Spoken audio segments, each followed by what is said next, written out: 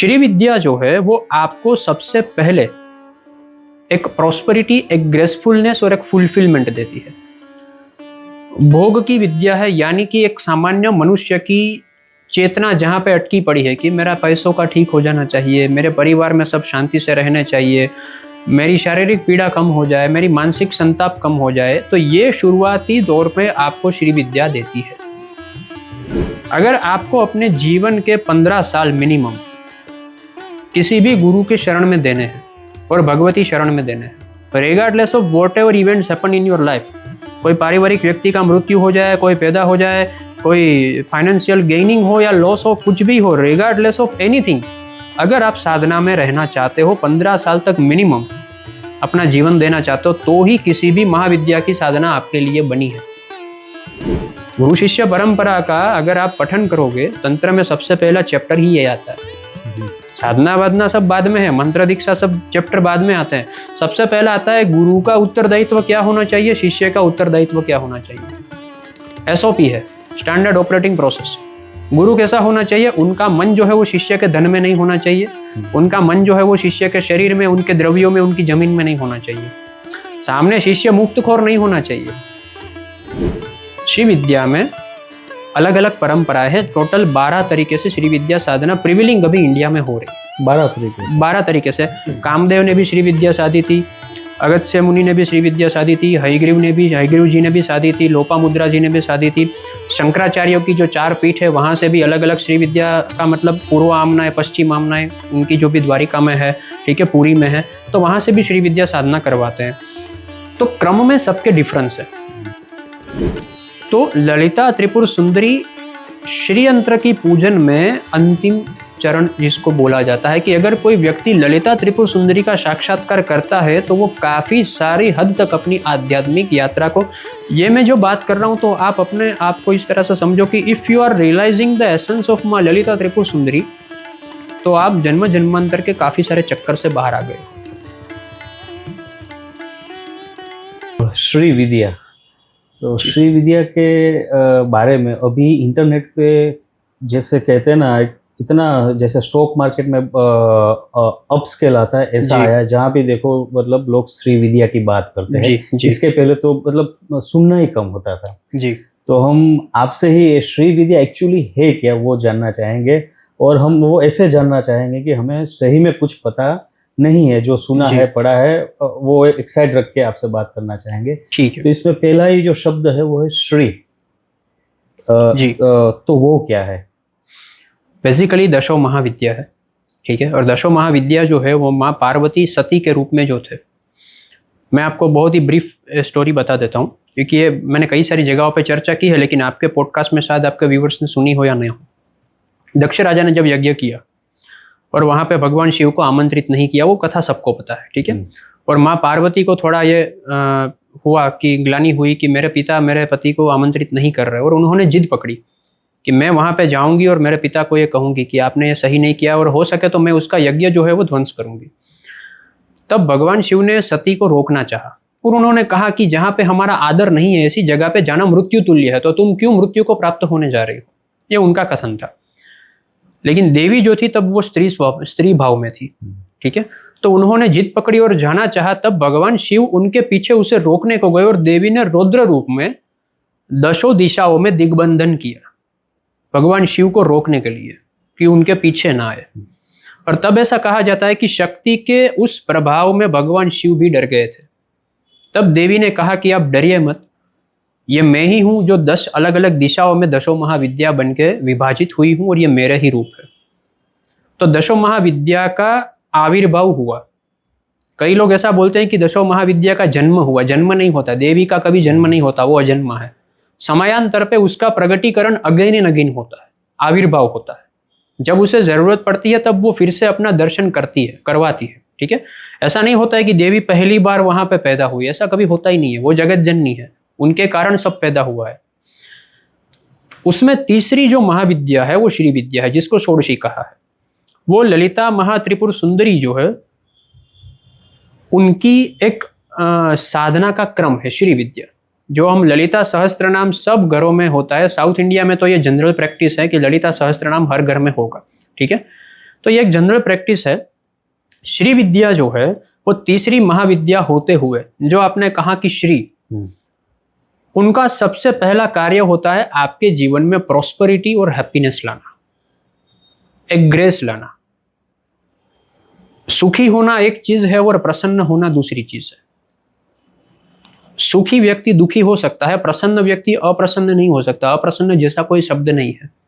प्रसन्नता एक अवस्था है। आप चाहे कोई भी स्थिति में हो, प्रसन्न हो, तो आपको कोई दुखी नहीं कर सकता। श्री विद्या जो है वो आपको सबसे पहले एक प्रॉस्पेरिटी, एक ग्रेसफुलनेस और एक फुलफिलमेंट देती है। भोग की विद्या है, यानी कि एक सामान्य मनुष्य की चेतना जहाँ पे अटकी पड़ी है कि मेरा पैसों का ठीक हो जाना चाहिए, मेरे परिवार में सब शांति से रहने चाहिए, मेरी शारीरिक पीड़ा कम हो जाए, मेरी मानसिक संताप कम हो जाए, तो ये शुरुआती दौर पे आपको श्री विद्या देती है। इसीलिए सबसे पहला जो चरण है श्री विद्या का, वो महागणपति और बाला त्रिपुर सुंदरी का आता है। बाला त्रिपुर सुंदरी जो है उसको त्रैलोक्य मोहिनी कहा, यानी कि ये त्रिलोक में जितने भी सुख आपको भुगतने हैं वो आपको मिल सकते हैं श्री विद्या के माध्यम से। ठीक है। उसके बाद आगे आगे होगी उनकी महाविद्या का जो सहचरी विद्याओं का क्रम आता है, और अंत में आप षोडशी तक पहुंचते हो, महाषोडशी तक पहुंचते हो, और वहां पे अपने शिव के साथ सती जो है वो कामेश्वर और कामेश्वरी के रूप में विराजमान है। श्री यंत्र के बिंदु के ऊपर श्री विद्या के अंतिम चरण में सती कामेश्वर के साथ कामेश्वरी रूप में विराजमान है, और वो आपको मुक्ति देती है। यानी कि from the materialistic benefit to the liberation, Shri Vidya आपको हर तरीके से फुलफिल करती है। ये श्री विद्या है। अभी आप अब थोड़ी हमारी बात हुई थी कि भाई ये सभी नॉलेज की पीडीएफ, ऑडियो, वीडियो, रील्स काफी ऑलरेडी है जी, और उसमें काफी बताते हैं, पंचदशी और षोडशी मंत्र भी बताते हैं जी। तो हम आपसे ये जानना चाहते हैं कि ये साधना किसी को करनी है तो वो कैसे करनी चाहिए और उसमें आप कैसे उस सहयोगी हो सकते हैं? तो बेसिकली ये साधना आप किसी को करनी है तो मैं ऑलवेज ये कहूंगा साधकों के सबसे पहले प्रश्न आप अपने आप को पूछिए कि why I want to do this. आपका साधना में आने का कारण क्या है? आप दूसरों को देख के आ रहे हो क्योंकि सब लोग श्री विद्या कर रहे हैं इसलिए आ रहे हो, ट्रेंड में है जी, तो फिर आप भाग जाओगे, तो फिर आपका और मेरा समय व्यतीत करने का कोई मतलब नहीं है। अगर आपको अपने जीवन के 15 साल मिनिमम किसी भी गुरु के शरण में देने हैं और भगवती शरण में देने हैं, regardless of what ever events happen in your life, कोई पारिवारिक व्यक्ति का मृत्यु हो जाए, कोई पैदा हो जाए, कोई फाइनेंशियल गेनिंग हो या लॉस हो, कुछ भी हो, रिगार्डलेस ऑफ एनीथिंग, अगर आप साधना में रहना चाहते हो, 15 साल तक मिनिमम अपना जीवन देना चाहते हो, तो ही किसी भी महाविद्या की साधना आपके लिए बनी है। यहाँ पे आज मैं आपको अगर ये जेन जी का वर्ड बोलूँ तो विंडो शॉपिंग वाला नहीं होना चाहिए। होता है ना कि भाई निकले थे शॉप मॉल में तो लेने तो निकले थे साबुन, लेकिन शैम्पू भी अच्छा लगा तो ट्रॉली में डाल दिया कि होगा तो काम लगेगा। तो यहाँ पे वही होता है, ऐसा भैरव साधना करने निकले थे लेकिन लोग तो बगलामुखी भी कर रहे हैं, तो चलो उसका भी मंत्र कहीं से ले लेते हैं।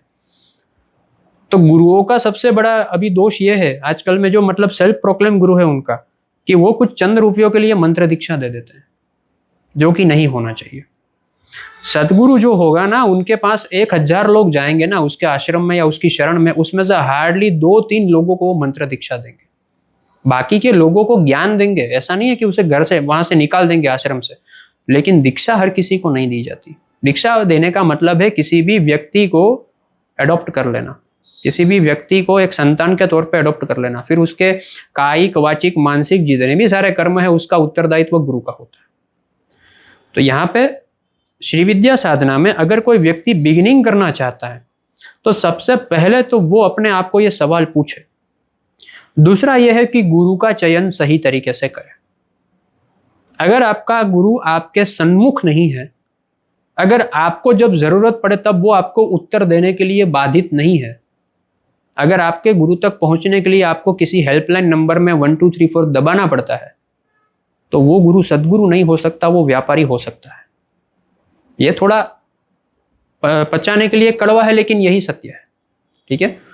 अगर 51,000 में, 1 लाख में, 5 लाख में बाला त्रिपुर सुंदरी का मंत्र बिक रहा है किसी भी जगह पे, अगर आप पॉलिटिशियन हो तो आपको मंत्र दीक्षा तुरंत मिलती है, लेकिन आप एक सामान्य व्यक्ति हो तो वहां पे आपको वेटिंग करना पड़ता है। तो ऐसी जगहों पे कोई भी विद्या कभी भी फलीभूत नहीं होती।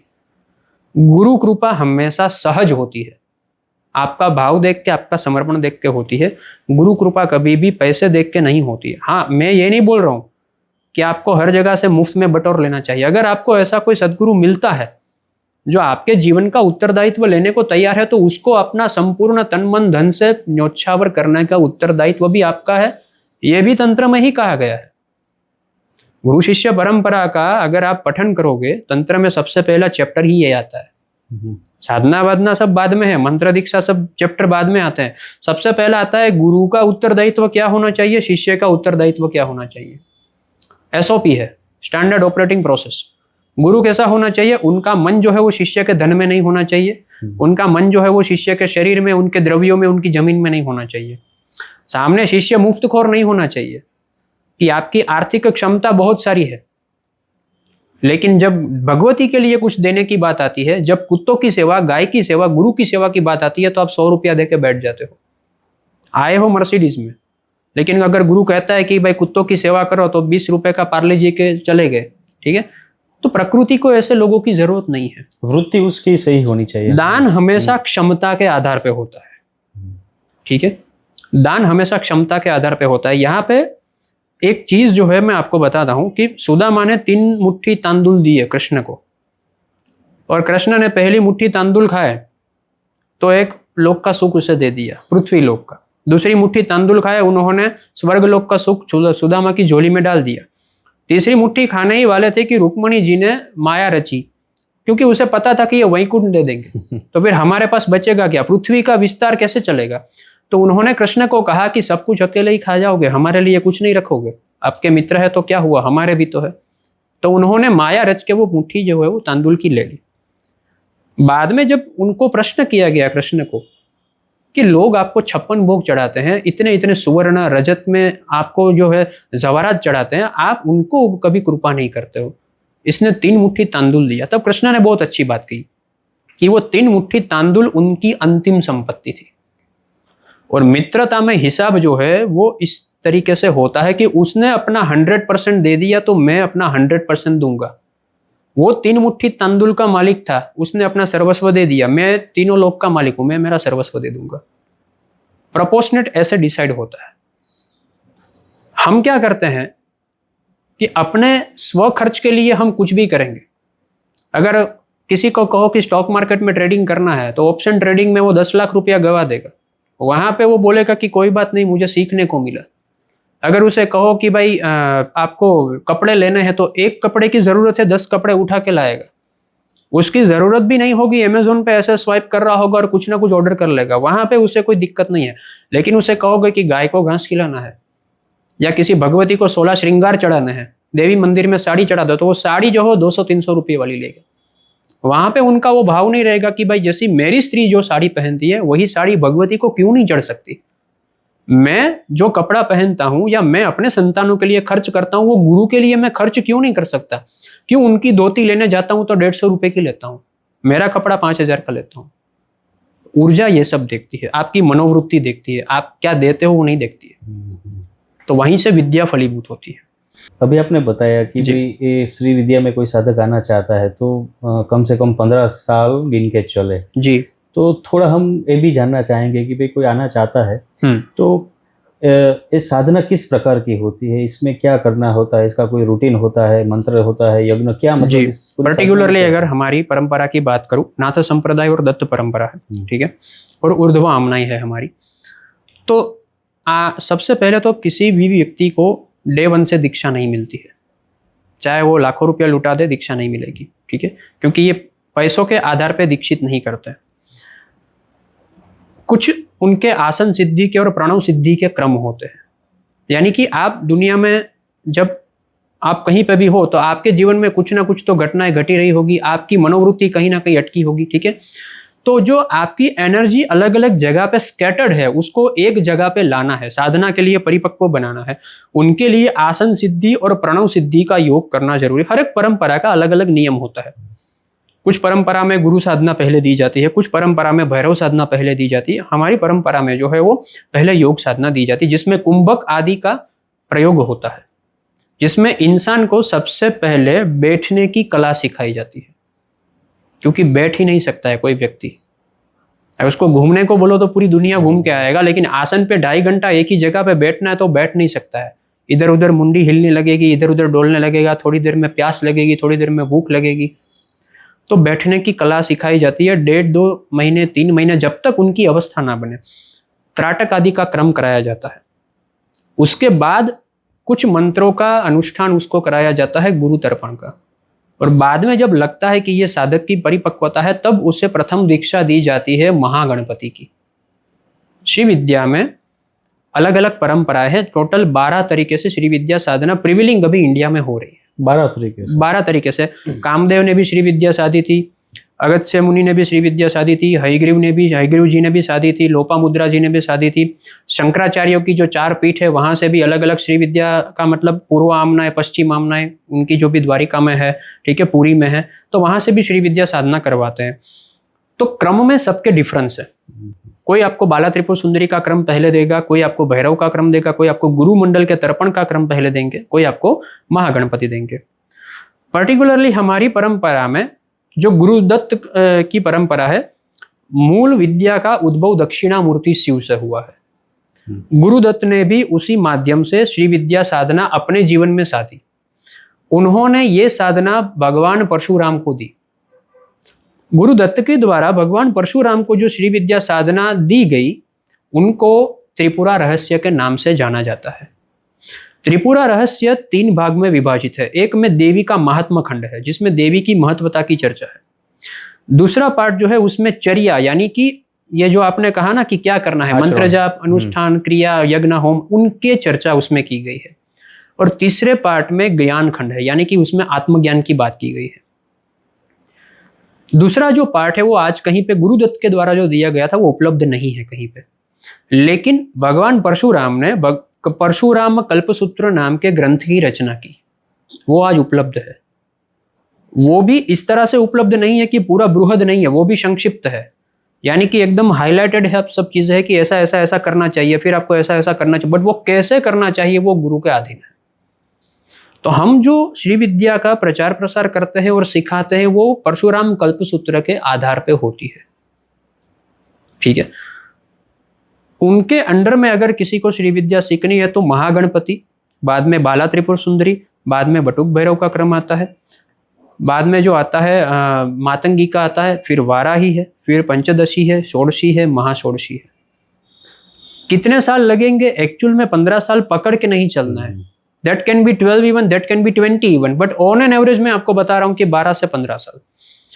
कोई कोई साधक जो है वो काफी सारे अपने जीवन के कर्म काट के बैठा है, उनकी ऑलरेडी मानसिक अवस्था ये है कि वो मंत्र जाप शुरू करते ही उनके जीवन के चक्र गतिमान हो जाते हैं। कोई कोई साधक ऐसा है जिनको काफी सारा मंत्र अनुष्ठान करने के बाद उनकी अवस्था बनती है। तो हर एक की यात्रा अलग होती है, तो इस तरह से इनका क्रम चलता है। जो 10 महाविद्या है जी, हर एक महाविद्या के साथ एक देवी का अनुसंधान है जी। तो ये श्री विद्या के साथ माँ त्रिपुर सुंदरी जी जो है, तो थोड़ा उसके बारे में बताइए। माँ त्रिपुर सुंदरी जो है जी, उसका जो महत्व है, आपने तो कहा कि उसका एक अलग ही ग्रंथ है, लेकिन जो भी थोड़ा बहुत आप उसके बारे में बता सकते हो। त्रिपुरा सुंदरी, ललिता त्रिपुर सुंदरी के बारे में ललितोपाख्यान ब्रह्मांड पुराण में काफी सारा चर्चा उसमें की गई है, ठीक है। माँ ललिता त्रिपुर सुंदरी का जो रूप है उसमें एक हाथ में उन्होंने एक गन्ना पकड़ा है, पाश है, अंकुश है, उसके एक हाथ में तोता जो है वो हरे रंग का तोता है, ठीक है। पंच प्रेत पे विराजमान है। पंच प्रेतासन में ब्रह्मा, विष्णु, महेश, रुद्र और सदाशिव, उनके ऊपर वो विराजमान है, ठीक है। तो ललिता त्रिपुर सुंदरी श्रीयंत्र की पूजन में अंतिम चरण जिसको बोला जाता है कि अगर कोई व्यक्ति ललिता त्रिपुर सुंदरी का साक्षात्कार करता है तो वो काफी सारी हद तक अपनी आध्यात्मिक यात्रा को, ये मैं जो बात कर रहा हूं तो आप अपने आप को इस तरह से समझो कि if you are realising the essence of माँ ललिता त्रिपुर सुंदरी तो आप जन्म जन्मांतर के काफी सारे चक्कर से बाहर आ गए हो। उनके बाद अंतिम अवस्था जो आती है वो कामेश्वरी है, मतलब वही ललिता त्रिपुर सुंदरी है, उसमें कोई ज्यादा भेद नहीं है, ठीक है। लेकिन वो कामेश्वरी की अवस्था यानी कि जो कामाख्या, जब हम बोलते हैं कामाख्या, ठीक है, तो ये अवस्था जो है वहां तक पहुंचने में साधक को काफी सारी यात्रा अपने मानसिक तौर पे करनी पड़ती है। हर एक महाविद्या की अपनी अपनी प्रकृति है। माँ ललिता की प्रकृति सौम्य प्रकृति है, ठीक है। वो दीन पोषित तत्परा कहा गया है उसको। दीन पोषित तत्परा यानी कि जो दीन है, जो दरिद्र है, मानसिक रूप से दरिद्र है, आर्थिक रूप से है, सामाजिक रूप से है, शारीरिक रूप से, उसको पोषित करके उसको सक्षम बनाना, उनके लिए वो तत्पर है। श्री माता, श्री महाराज्ञी, श्रीमत सिंहानेश्वरी, ये ललिता सहस्त्र नाम में आता है। तो उनका जो स्वभाव है वो मातृ वात्सल्य का, करुणा का स्वभाव है, ये उनका रूप है। अनलाइक बगलामुखी तो वो प्रोटेक्टिंग एनर्जी है, काली जो है तो वो रुद्र रूपा है, ठीक है। मातंगी जो है तो वो कला की देवी। इसी तरह से ललिता जो है वो करुणा की देवी है। कंपेशन, अपने संतान को पोषित करना, उसको हर तरीके से फुलफिल करके प्रॉस्पेरिटी देना, धन, स्थिर लक्ष्मी, सिद्ध लक्ष्मी, वैभव, ज्ञान, आत्मज्ञान की कक्षा तक पहुंचाना, ये ललिता माँ का स्वभाव है। बिल्कुल। और श्री विद्या के साथ जब श्री विद्या का उल्लेख होता है, बात होती है, तो श्री यंत्र जी भी आता है, और उसमें भी काफी अलग अलग टाइप के श्री यंत्र आते हैं जी। और श्री विद्या से ज्यादा कभी ऐसा लगता है कि श्री यंत्र का इम्पोर्टेंस बहुत बढ़ गया है जी क्योंकि उसका मार्केट भी बड़ा है जी। तो हम तो आपसे उसकी जो ऑथेंटिक डिटेल्स है वो जानना चाहेंगे कि भाई पहले तो श्री यंत्र है क्या जी। और उसका श्री विद्या के साथ क्या अनुसंधान है। एक एक लाइन में सबसे पहले तो कुछ मिसकंसेप्शन दूर कर देता हूँ लोगों का। श्री यंत्र का और वास्तुशास्त्र का दूर दूर तक कोई लेना देना नहीं है। Shri Yantra is not a Vastu pyramid, ठीक है। Shri Yantra is much much much above than all this Vastu and Jyotish Shastra and everything, ये पहली बात है। दूसरा यह है कि श्री यंत्र जो है वो आप मार्केट से प्रोडक्ट की तरह खरीद के घर पे नहीं रख सकते, क्योंकि उनका कोई वैसे कोई क्या बोलते हैं उसका कोई इफेक्ट ही नहीं आएगा। ये गुरु से ही मिलना चाहिए, सबसे पहली बात ये है, ठीक है। यंत्र कोई प्रोडक्ट नहीं है, वो कोई ई कॉमर्स वेबसाइट से लाने वाली चीज़ नहीं है। यंत्र का निर्माण किया जाता है। आइडियली श्री यंत्र सिंगल मेटल में बनना चाहिए, यानी कि सुवर्ण का या पूरा चांदी का या पूरा ताम्र का। प्रैक्टिकली वो चीज़ आज के ज़माने में पॉसिबल नहीं है, तो पंचलोहा का श्री यंत्र आता है, लेकिन वो पंचलोहा के यंत्र में बाकी सारी धातुओं का उपयोग कम करके सुवर्ण का और चांदी का और तांबे का ज़्यादा उपयोग होना चाहिए। क्यों होना चाहिए? क्योंकि metal is an energy conductor, और आप जब मेटल जो है वो देवी के लिए एक शब्द बोला गया हिरण्य वर्णाम हरिणी। हिरण्य वर्ण यानी कि जिसका वर्ण सुवर्ण के समान है। यंत्र माँ ललिता का साक्षात विग्रह रूप है, यानी कि आपको अलग से मूर्ति स्थापित करने की जरूरत नहीं अगर श्री यंत्र है तो। योग्य यंत्र, योग्य मंत्र, ये दोनों चीजों का मिलन होता है तभी योग्य तंत्र का स्थापना होता है। तो हम जो श्री यंत्र साल में बहुत चंद मौके पे बनवाते हैं, हमारे साधक से बनवाते हैं, ठीक है, तो वो बनाने वाला भी श्री विद्या दीक्षित होता है।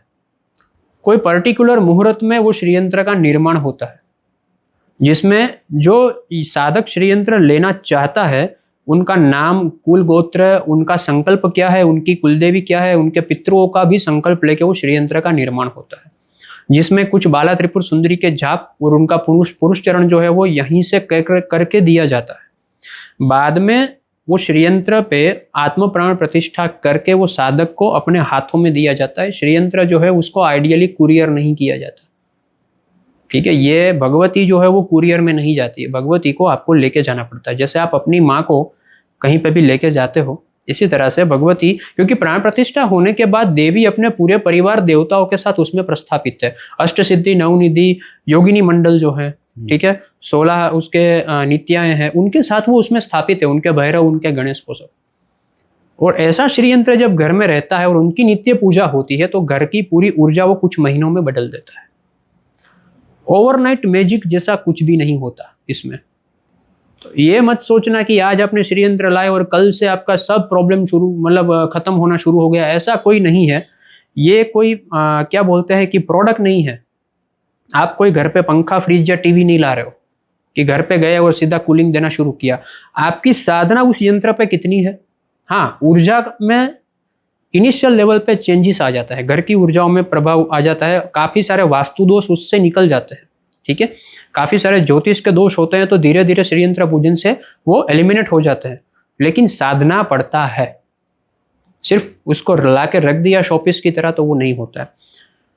यंत्र भूप्रस्तार भी होते हैं, यानी कि प्लेटेड होते हैं, और एक मेरु यंत्र होता है 3D में होता है, जो हम देखते हैं 3D में, ठीक है। आइडियली अगर कोई श्री विद्या साधक है तो उसको चाहिए कि वो 3D में श्री यंत्र की स्थापना करे। क्योंकि वो 9 आवरण हैं उनके, वो 9 आवरण की पूजा उस पर्टिकुलर जगह पे होती है। उसमें जो आप षोडश कमल दल देखते हो, अष्ट कमल दल देखते हो, भ्रुपुर देखते हो, वलय देखते हो, वो हर एक जगह पे उनकी योगिनी, उनके भैरव की स्थापना है। देवी तो बिंदु के ऊपर विराजमान है, ऊपर टॉप ऑफ द पैलेस, ठीक है। बाकी की सब जगह पे उनके परिवार देवता रहते हैं। तो हर एक परिवार देवता का पूजन अर्चन में एक एक मंत्र आता है, वो मंत्र का अर्चन उसी पेटल पे देना जाना चाहिए। इसीलिए वो श्री यंत्र 3D में हो तो अच्छा है। ऑथेंटिक यंत्र बनवाने जाओगे तो कॉस्टली बनेगा, 2,500-3 हज़ार में, 10-15 हज़ार में यंत्र नहीं आएगा, क्योंकि वो या तो एल्यूमिनियम का होता है, वो निकल का होता है, और वो एनर्जी को बिगाड़ता है, ठीक है। ऑथेंटिक यंत्र कॉस्टली बनता है, इसीलिए हमारा काम जो है वो साधकों के लिए यंत्र बनाना है जो कि हमसे ऑथेंटिक वे में दीक्षा लेते हैं या तो साधना लेते हैं। बेचना हमारा काम नहीं है, तो हम कभी भी वो नहीं करेंगे कि यंत्र जो है वो हम बेच रहे हैं। मास प्रोडक्शन नहीं होता है, सभी के लिए नहीं है, नहीं सभी के लिए नहीं है, जेन्युइन पर्सन के लिए है। दूसरी बात यह है कि ऐसा भी नहीं है कि एक साथ 100 यंत्र बना दिए, 150 यंत्र बना दिए, मास प्रोडक्शन नहीं है। ये अगर 1-1.5 महीने में अगर हम बनाना भी चाहे तो 5-6-7 यंत्र बनेंगे एट द मोस्ट, ठीक है, क्योंकि हैंडमेड होते हैं, सॉलिड होते हैं, और वजन में भी 12-13 किलो का यंत्र होता है। ओह यस, वो हैवी होता है, ठीक है। तो ये प्रॉपर वे में होता है, ऑथेंटिक वे में उसको किया जाता है। तो ये श्री यंत्र के बारे में है। आखिरी सवाल श्री विद्या के बारे में, हमारी जो समझ थी उसके हिसाब से हमने आपसे पूछा जी, और कुछ आप कहना चाहते हो श्री विद्या के बारे में जी हमारे दर्शकों को तो प्लीज। श्री विद्या या कोई भी महाविद्या के बारे में मैं केवल इतना कहना चाहता हूँ कि महाविद्या जो है ना, उनका मूल काम आपको मुक्ति देना है, ठीक है। तो आप अगर जीवन में किसी भी प्रॉब्लम से पीड़ित हो, छोटे मोटे प्रॉब्लम जिसमें रोग है, शत्रु है, बाधा छोटी मोटी है, तो उनके लिए ज्योतिष शास्त्र के कई सारे उपाय है, वास्तु के उपाय है, और बाकी पृथक पृथक साधनाएं हैं। जैसे कि किसी को फाइनेंशियल प्रॉब्लम है, ठीक है, तो मैं एक बहुत ही सरल उपाय देता हूँ। श्री सूक्तम का पाठ करना है आपको, ठीक है। अगर लक्ष्मी जी की मूर्ति है आपके घर में तो अच्छा है, ब्रास की मूर्ति या फिर छोटी सी चांदी की मूर्ति। अगर वो नहीं है तो एक खाने का पान का पत्ता, उसके ऊपर एक कॉइन और उसके ऊपर सुपारी रख दीजिए, ठीक है। उनको माँ लक्ष्मी का साक्षात विग्रह मान के रखिए। और बेल फल आता है जो बिल्व फल, वो ड्राई होता है, उसका चूरा बनता है, उसका चूर्ण मिलता है, ठीक है। और साथ में कमल गट्टे का भी चूर्ण रेडीमेड मिलता है। उसको दोनों को भीमसेनी कपूर, कुमकुम, हल्दी, जायफल आदि को और गुलाब या फिर केसर चंदन के इत्र को मिश्र करके उसका लिक्विड बना दीजिए। और श्री सूक्तम की एक एक रुचा पढ़नी है, जैसे हिरण्य वर्णम हरणिम सुवर्ण अर्जितस्त्रजाम, ऐसा जो पूरा हमने एक स्टैंजा पढ़ा, लास्ट में तर्पयामी बोल के उस सुपारी के ऊपर तर्पण करना है। आप 16 बार, मतलब 16 बार, उसका 16 स्टैंजा है, ठीक है, तो आप 16 बार उसके ऊपर तर्पण करोगे। अगर आपके आर्थिक प्रॉब्लम बहुत ज्यादा है और आप उनसे बाहर निकलना चाहते हो तो आप अमुक तर्पण का संकल्प ले सकते हो कि भाई मैं 1100 तर्पण करूंगा या करूंगी 90 दिन में या 45 दिन में, ठीक है। तो आपको ये चूर्ण बना के सिंपल घर पे बैठ के, कुछ ज्यादा तामझाम करने की जरूरत नहीं है, उसको तर्पयामी करके तर्पण करिए और देवी से संकल्प करिए कि मेरे आर्थिक प्रॉब्लम थोड़ी थोड़ी दूर हो जाए। इनके लिए आपको श्री विद्या जैसी महान साधनाओं में आने की जरूरत नहीं है, क्योंकि आप सोच के कुछ और आते हो और वहां पे एक्चुअल में साधना मार्ग में होता कुछ और है। बिल्कुल। फिर आप दोष किसको देते हो, या तो देवी को देते हो, या तो तंत्र को देते हो, या तो गुरु को देते हो। इसलिए हम बारी बारी पूछते हैं कि भाई आपका उद्देश्य है क्या। अगर ये छोटा मोटा प्रॉब्लम है तो there are multiple ways. Durga Saptashati जो अपने आप में बहुत बड़ा तंत्र है। दुर्गा सप्तशती का एक ही मंत्र कोई भी आप ले लो, जैसे सर्व बाधा विनिर्मुक्त धन धान्य सुतान्विता मनुष्य मत प्रसादेन भविष्यति न संशय। इसी मंत्र का अगर आप अनुष्ठान करते हो, केवल एक मंत्र का संकल्प लेके कि मेरा ऐसा ऐसा प्रॉब्लम है, मैं 1.25 लाख मंत्र का जप करूंगा। प्रॉब्लम अगर ज्यादा है तो 11 लाख मंत्रों का करिए, ठीक है। और उसके बाद जो है उनका योग्य दान दक्षिणा जो भी देवी को करना चाहिए, ब्राह्मणों को करना चाहिए, कर दीजिए। 110% रिजल्ट मिलता है इनसे, 110%। तो ये कुछ महीनों में आपका सॉर्ट आउट हो जाएगा प्रॉब्लम। इसके लिए 12-15 साल आपको ये सब करने की जरूरत नहीं है।